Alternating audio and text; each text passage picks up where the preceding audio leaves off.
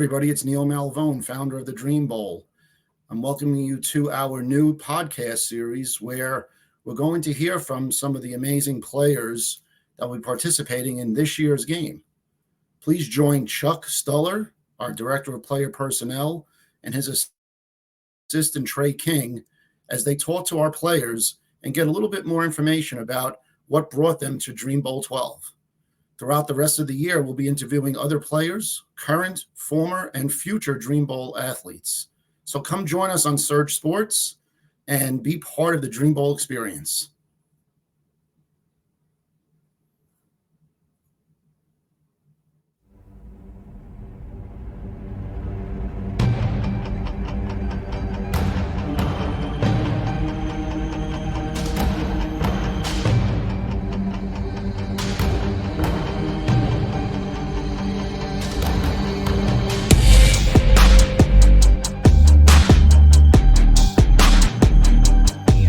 The Citadel. Once again, my name is Chuck Starr. I'm the Executive Director of Play Personnel for the Dream Bowl, and to have Trey King with me as well. He helps us out here at the Dream Bowl with personnel, doing a little bit of everything on the road, scouting, examining, poking, prodding, and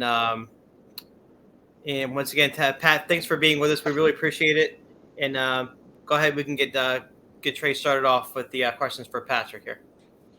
Yeah, Pat, what's going on, man? Hey, Trey. We talked a little bit, and it seems like you're on the road right now. Just wanted to talk about kind of your transition there from Coastal Carolina to the Citadel and how that all transpired and how that went about. Yes, sir. So I was at Coastal Carolina for 5 seasons. After that, I graduated in December of 2022. After that, I stayed at Coastal for a semester where I began my master's and then transferred over for my 6th and final season to the Citadel, over from Myrtle Beach over to Charleston, which was only 2 hours down the road. So finished up my 6th year at the Citadel. Was fortunate enough to be voted team captain in my first year here, which really meant a lot to me. And now I'm just getting ready for the next level, and I appreciate you guys for this opportunity at the Dream Bowl. For sure. Sounds like a great decision on your part to make that switch over there, and then obviously voted captain. What did you do in the locker room to lead those men and to ultimately be voted captain? Really, I just tried to lead by example. I showed up a little bit late in the summer because of the apartment situation, so I really didn't even. I had about 3 weeks before August and before fall camp kind of got started, and right from when I got right from when I showed up, I really tried to be the first one in and the last one out. The old cliche, but that's really just what I did. Always showed up 30 minutes early to stretch and warm up, and stayed after and try to put in extra work as well. And I think my teammates saw that, and then also just the things that I said and the way that I carried myself.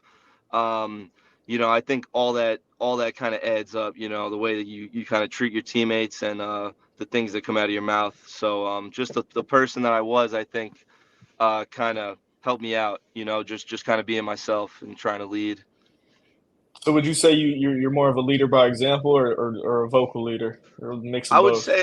say that the best leaders have to do both. So that's what I try and do, but always 100% by example is what I've always kind of been, and I've kind of been growing into the more vocal kind of role, which I did a little. I really got better with this season. So I would say. I really try and do both because I think that's what you need to do to be the best leader that you can possibly be. So That's an awesome answer. And then did you play, just a side note, did you play with Zach Stir up there at the Citadel, kicker? no, sir. Okay. He might have been there before you then. Going back to your days at Coastal Carolina, obviously you were there for 5 seasons, so you were a part of that team that was highly ranked and highly sought after, both by broadcast and kind of took the nation by storm. What was special about that team, and what did you gain from that year? I gained so much, not only from that year, but all 5 years. But I would say that team, what was special about us was that we really cared about each other. Like all 100 plus guys on that team each had a connection with one another, and it was more than just teammates and acquaintances. We all really felt like we were brothers. And Coach Jamie Chadwell did a great job, along with our strength coach at the time was Coach Chad Scott.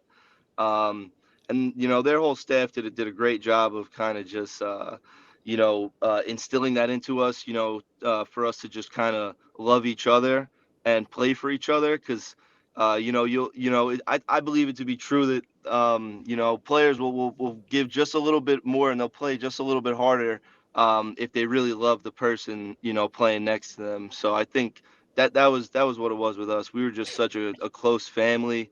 um, and I think that was part of what helped us have so much success.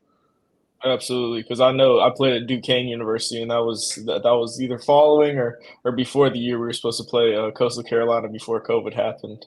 Yeah, So so I yeah, I was remember. kind of glad that we didn't get to see you guys that season, because you guys were definitely a great team that year. Chuck, I'll turn it over to you. I kind of want to piggyback off that too. Grayson McCall, your old teammate, is still going to be playing. I believe he's going to be at NC State this year. Um, kind of like the elder statesman, like the Gandalf of that team. He's been around for a while. Like, what was it like playing with a guy like that he has such a small scope, he's such a big presence? What was it like playing with a guy like that?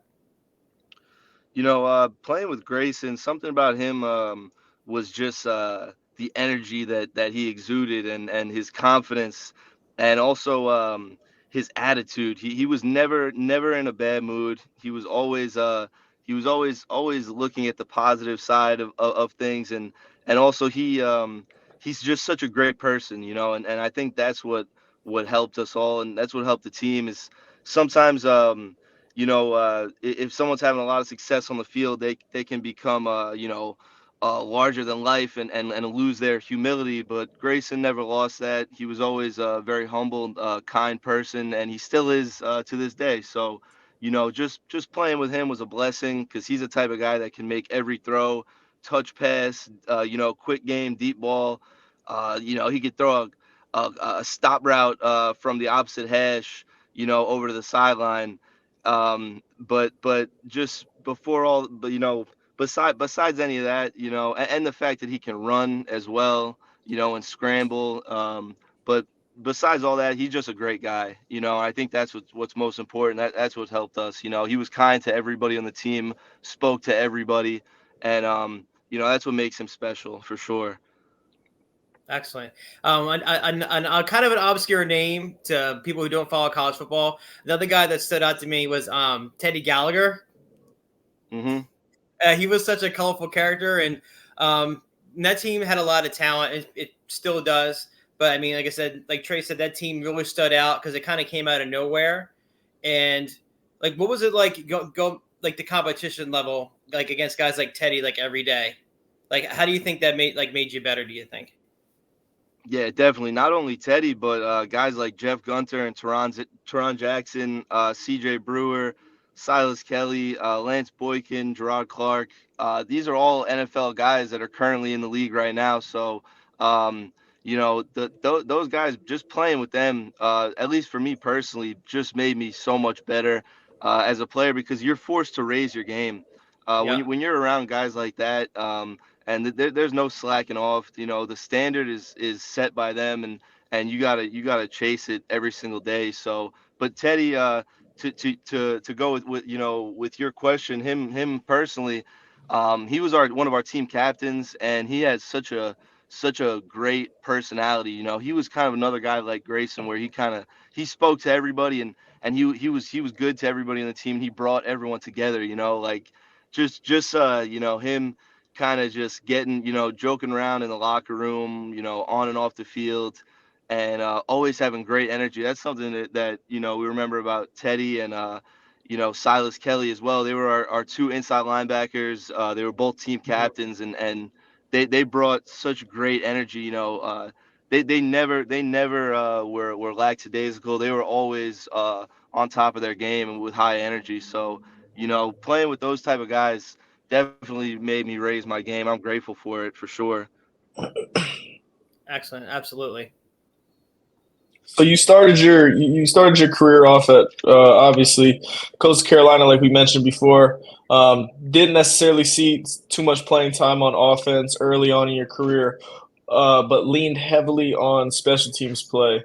What do you think, kind of your mentality going into working your way up from special teams to end up getting your position on offense? Just like anyone, when you come in to a school as a true freshman, you're gonna have to work your way up a lot of the time, and that's just what I did. I tried to do everything the right way on the field, off the field, in the classroom, in the weight room. Um, so it's really just about trying to do all the right things and be a good person and always do what's best, not only for yourself but for the team, even when no one's watching.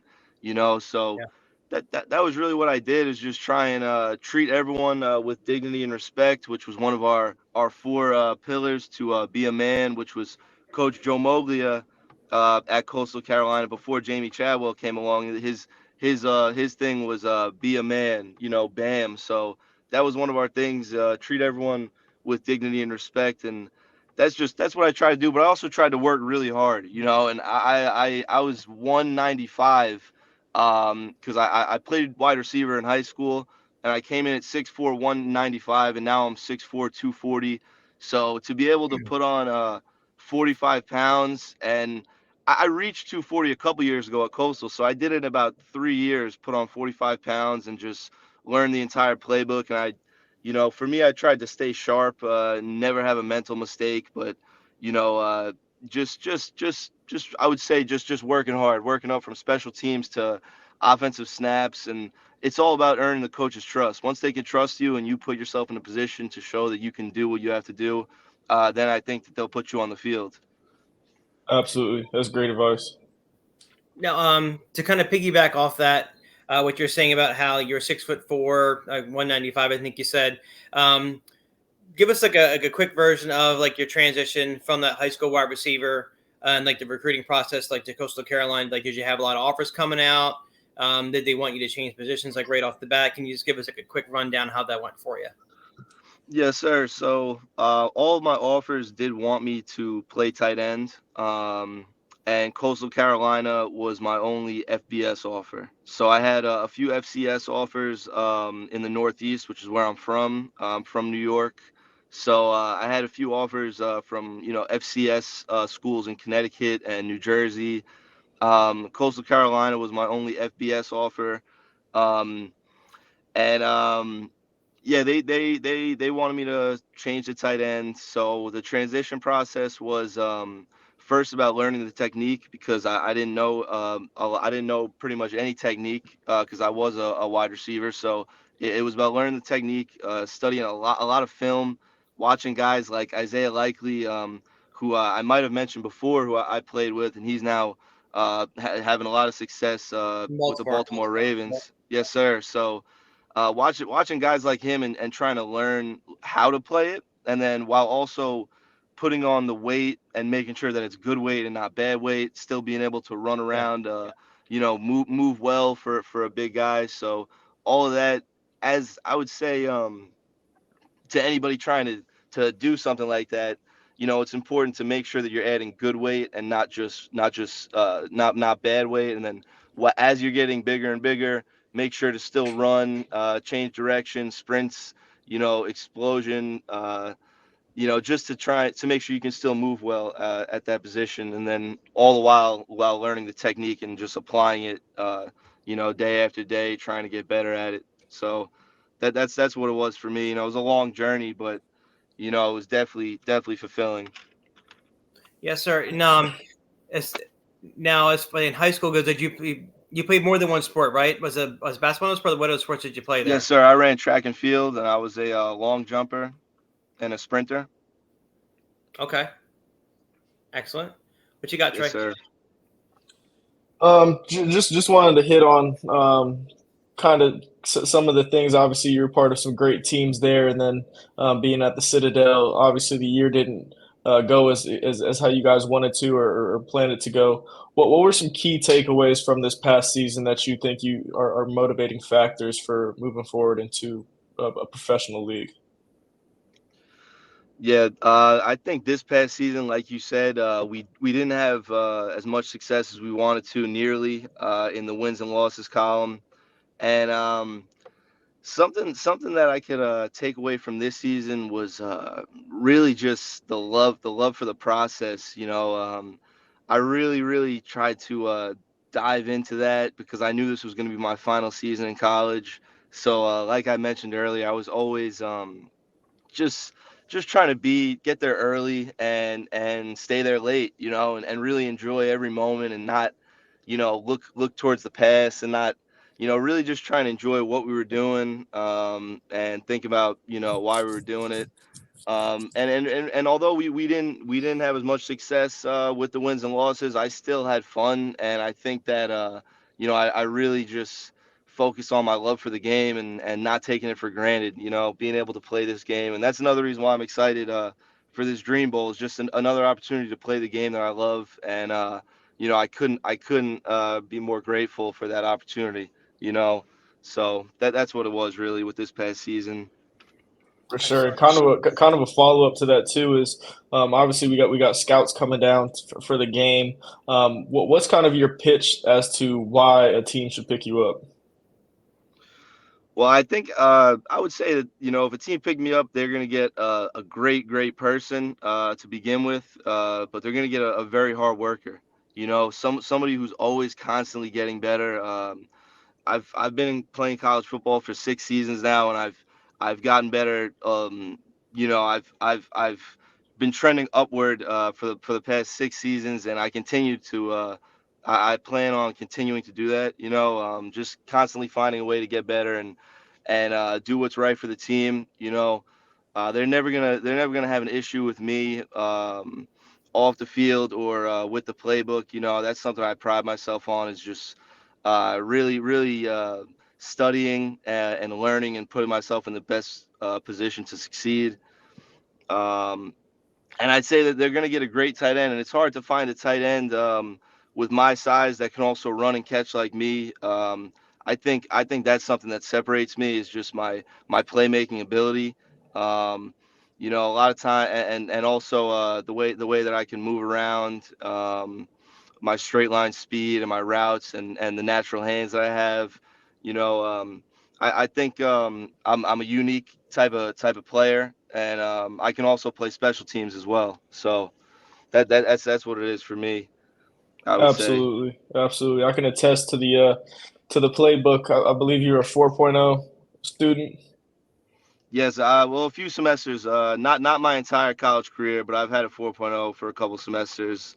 There we go. So And the Citadel is not an easy place to study. So yes, sir. not an easy place to study, because there was the name slips my mind, but there's a player I was talking to last year, and he was giving me his workload and like his classes, and like one of them was like celestial mechanics and something on top of that. And by the time he was done talking to me, I was literally like this. But Yes, no, the sir. Citadel is not an easy place to be. High character place, high education, and so it's you definitely picked a good spot to challenge yourself. On the softer side of things, like besides football, working out, studying, like what do you do to unwind? Like, do you have any hobbies that you have? I like to I try and stretch every night, and also after I stretch, I pray every night as well. So if I can do those two things before bed, that'll help me unwind. You know, First one is physical, and the next one is spiritual and mental. So other than that, though, I like to watch Sports Center, ESPN. I like watching the Pat McAfee show. I'll watch that on YouTube if I have some free time and I just have some downtime to relax. So I'll do things like that. I also, if I'm in South Carolina, sometimes I'll call my family. I'll call my family if I have free time, just to kind of remind me. Just speaking to them always helps me. It always helps me just relax and get into a better place mentally. So those are a few of the things that I'll do in my free time. Okay. Absolutely. And you mentioned that you were from New York, from the Northeast, right? Yes, sir. So, Staten Island, New so York. does that mean like Buffalo, Giants, Jets fans? Like, what team did you follow growing up? Jets. I've always been a Jets fan, as well as my brother, and my father was, and then my stepfather and my stepbrother were Giants fans. So our household, we had Jets and Giants, and we're from Staten Island, which is New York City technically. So, everyone around us is pretty much Jets and Giants. And then if you go up north a little bit, that's where you'll get all the Buffalo fans. You know, so where we live, we're pretty far from Buffalo. But yeah, we're Jets and Giants in our house. I'm Jets, so Okay. yeah. I know how that. I mean, I'm an Eagles fan, but I'm at the Jersey Shore. I live right close to Long Beach Island. I'm not sure if you know where that is or not. Yes, sir. So Definitely. I'm surrounded by Giants and Jets fans, and my son last year he actually got to play his little league team. They actually got to play at the Jet Stadium before the Patriots game, which was a pretty cool experience. And the Jets have been in our game, I think, probably almost every year, and they're coming back again this year. So it's going to be cool as a Jets fan to compete in front of the Jets representatives are going to be there for you. So that's awesome. Yes, sir. That's gonna be phenomenal. And when I was younger, I also played. That must have been That must have been a great experience, because I remember when I did that, I played at halftime at MetLife Stadium Mm-hmm. at one of the Jets games when I was a kid growing up. So, and I still remember that. So, I'm sure that was a great experience for you. Oh yeah, absolutely. So the kids got to meet a whole bunch of players beforehand too. Flacco walked right by the kids, didn't say nothing, just gave it away. But Zach Wilson actually stopped and signed every autograph there was, so that was really cool too. He was That's good to he was a hear. nice guy. I was actually surprised, so that's good. Yeah, he is a good guy, man. That's good to hear. Absolutely. Did you So have any? as Oh, I'm sorry. Go ahead, Trey. I'm Yeah, sorry. yeah. So just as we wrap up here, I'm chucking Steer Thunder here. Do you have any questions for us? Obviously, we're super excited to get you down there and compete, and we'll see you on Thursday. But prior to that, are there any questions for us? No, not right now. I'd just like to say thank you. Thank you guys for this opportunity. I really appreciate it. Like I said, it's always good when you can put the pads on and tie the cleats up and just get out on a football field, man. And have some fun. So I'm really looking